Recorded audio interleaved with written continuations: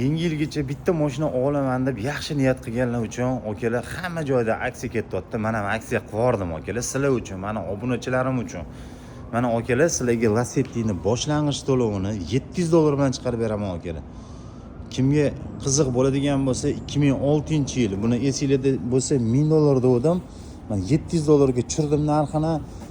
Mashinani yana o'ylamanglar, ketmayotgan ekan, sotilmayotgan ekan deb o'ylamanglar. Prosta okalar odamlarning sababi bo'lgani uchun mana olishyapti-da, zaklad berishyapti, keyin nimalardir bo'lib sabab bo'lib aynib qolishyapti.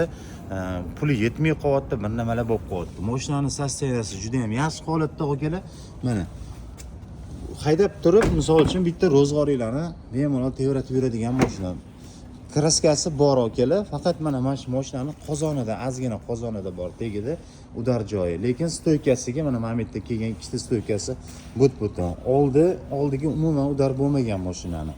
Zavodskiy holatda turibdi hamma narsasi. Olib haydashingiz uchun mana 24 oyga $250 dan berib yuboraman akalar.